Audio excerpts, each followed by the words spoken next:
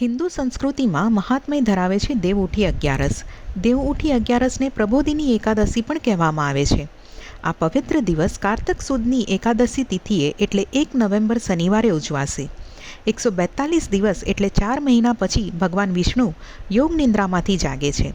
એટલે આ દિવસને દેવોત્થાન એકાદશી અથવા દેવઉઠી અગિયારસ કહેવામાં આવે છે. ચાતુર્માસ દરમિયાન વિષ્ણુ ભગવાન નિંદ્રામાં હોય છે, તેથી શુભ કાર્યો કરવામાં આવતા નથી. ખાસ કરીને આ દિવસ પછી લગ્ન, વ્રત, દાન અને નવા સંસ્કાર કરવાનું શુભ માનવામાં આવે છે. આ દિવસે તુલસી વિવાહનું પણ વિશેષ મહાત્મય છે. તુલસીજી અને શ્રી વિષ્ણુના સ્વરૂપનો વિવાહ કરવામાં આવે છે. આ દિવસે માતા તુલસીની પૂજા કરવામાં આવે છે. આ દિવસે ઉપવાસ રાખીને ઓમ નમો ભગવતે વાસુદેવ મંત્રનો જાપ કરવો ખૂબ જ શુભ ગણાય છે.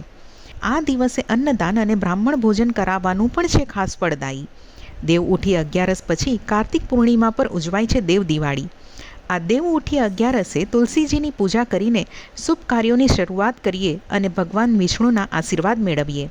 આપ સહુને સરદાર ગુર્જરી વતી દેવઉઠી અગિયારસની હાર્દિક શુભકામનાઓ.